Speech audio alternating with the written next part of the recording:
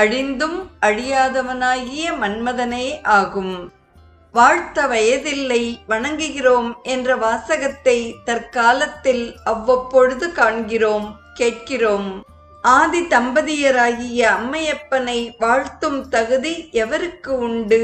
எனவே அனைவரும் உமாமகேஸ்வரனான திருமண தம்பதியரை வணங்கி அவர்களுடைய அருளை பெற்றனர். விருந்து முடிந்து அனைவரும் விடை பெற்றனர். அனைவரும் மகிழ்ச்சியாக இருந்த அந்த வேளையில் ஒருத்தி மட்டும் துன்பத்தில் ஆழ்ந்திருக்கலாமா?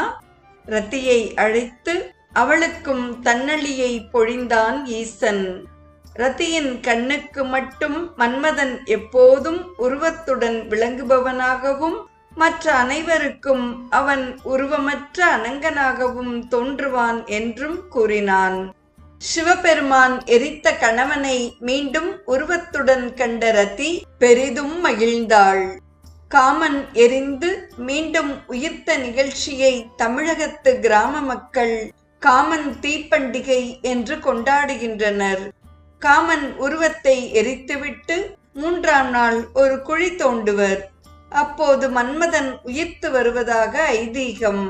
அன்று இரவு 2 அணியினர் காமன் எரிந்தானா எரியவில்லையா என்ற தலைப்பில் கவிதை பட்டிமன்றமே நடத்துவர். ஓர் அணியினர் மன்மதன் எரிந்தான் என்று சான்றுகளுடன் பாடுவார்கள். மற்றோர் அணியினர் அவன் எரியவில்லை என்று பாடி வாதாடுவார்கள்.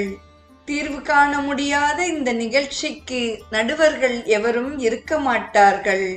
தற்கால பட்டிமன்ற நிகழ்ச்சிகளுக்கு இதுதான் முன்னோடி நிகழ்ச்சியாகும் என்று கந்தபுராண விரிவுரையை எழுதி